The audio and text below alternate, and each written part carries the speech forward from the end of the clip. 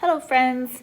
I am sorry I can't be there with you, but I will be back tomorrow, so don't get your hopes up. I'm not gone for a long period of time. I do want to give you the notes on video. Tomorrow is going to be an in-class work day, so that way I can help you if you have any trouble. But we have been looking at limits on graphs, which is really super fun, but it's not very efficient. So we want to look at some other ways to evaluate limits, meaning find out what's the limit of a function. So another method to find the limit of a function is through what we call direct substitution, and it's math.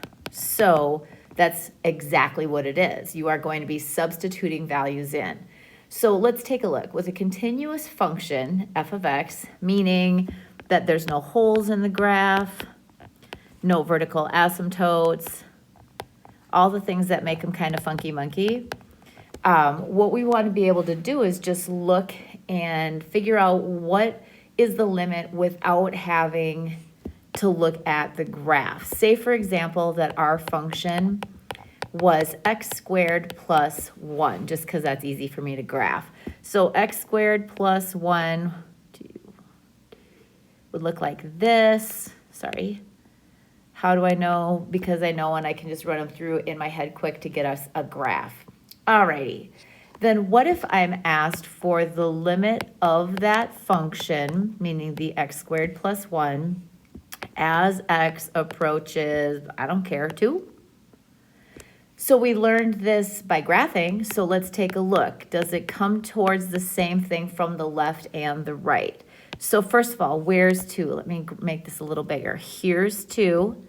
So if I take a look at this spot right here, like we've been doing, here's to the left, here's to the right. As I approach that spot from the left, I'm at 1, 2, 3, 4, 5. As I approach that spot from the right, I'm at 1, 2, 3, 4, 5. So because these two are equal, then my limit is going to be 5. Awesome. But that's not the most efficient way. We've been lucky enough to have assignments where the graphs were already made for us on the worksheet or by IXL. You're welcome. But that's not always the case. So we want a more efficient way than graphing to find that limit. So again, the way we can do that is by direct substitution.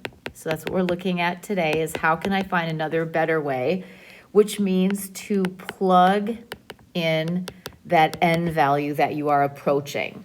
And assuming there's not a hole there or a vertical asymptote, we'll just be able to find out the value of the function and therefore the limit at that place.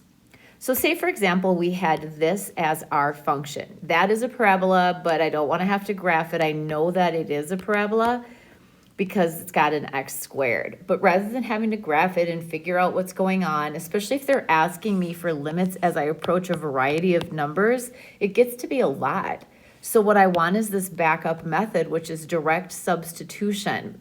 So I'm going to just plug in the number to the function at that value. So rather than looking at the graph as x approaches 1, I'm just going to go ahead and put in a 1. So I'm putting in a 1 to my function, because since it is a parabola, I know it is a continuous function. It's just going to keep on going left to right.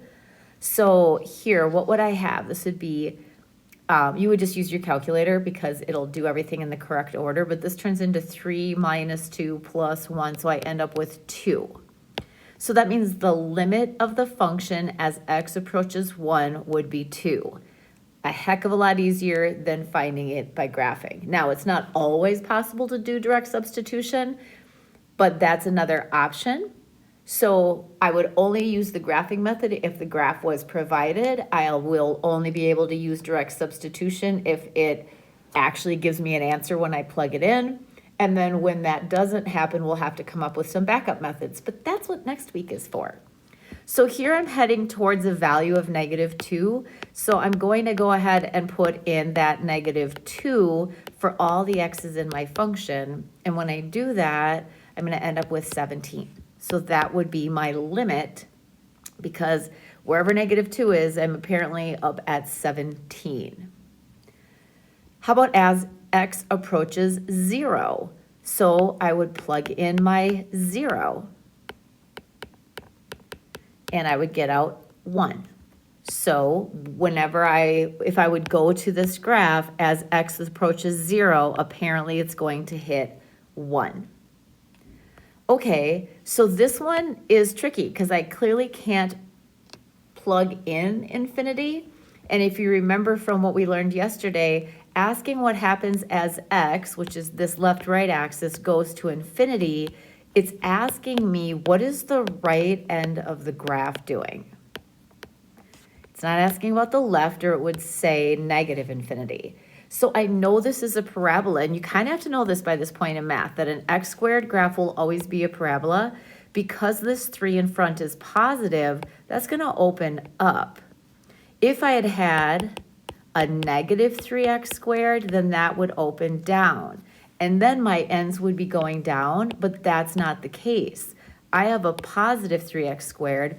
Both ends are going up. So if the right end of my graph is going up, then I would indicate that it is going towards or has a limit of positive infinity. Just like I did when I was graphing. I won't have the specific graph, but I'll have an idea of what the ends of that graph are doing. Okay, how about this last one? Let's take another look at another one. Now you do have to be careful that when you're plugging numbers in, you're conscious of order of operations, and you have to be conscious of how to type things into your calculator if you're going to rely on your calculator. For example, here, your calculator needs to know it's this entire top divided by this entire bottom if you plan to put it into your calculator. I don't know what that graph looks like off the top of my head, but I'm going to go ahead and plug in the numbers they gave me so that I don't have to use the graphing method to find my limits. I'm going to use direct substitution. Keeping in mind that there are other videos online too in our helpful videos folder, so you can always watch that in case you need a little more help. So I'm going to just go through these one at a time, and I'm plugging in the number that I am approaching. So as x approaches 1, I plug it in to see, because if it gives me an answer, then I'm good to go. So this top would become 1 plus 2, so 3. The bottom would become 1 plus 1, so 2. Now, at this point in math, you don't write it as a decimal. This one would be a clear 1.5, but a lot of them will turn into decimals that go on and on forever, and that's not an exact answer. So keep in mind that on your calculator, if you are doing a problem and you end up with a decimal, you're not supposed to use that as your answer.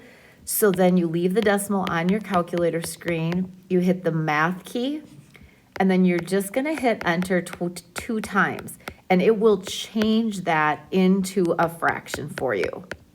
So you want to have fraction numbers because they're exact. They don't like round off or anything like you might do with decimal. So know that when you get to the worksheet.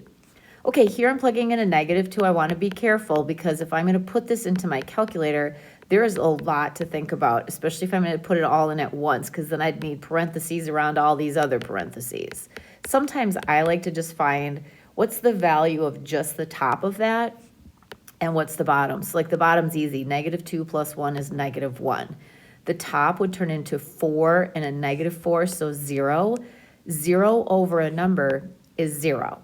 So according to that, the limit of my function as x approaches -2 is 0. Just in case you're missing school.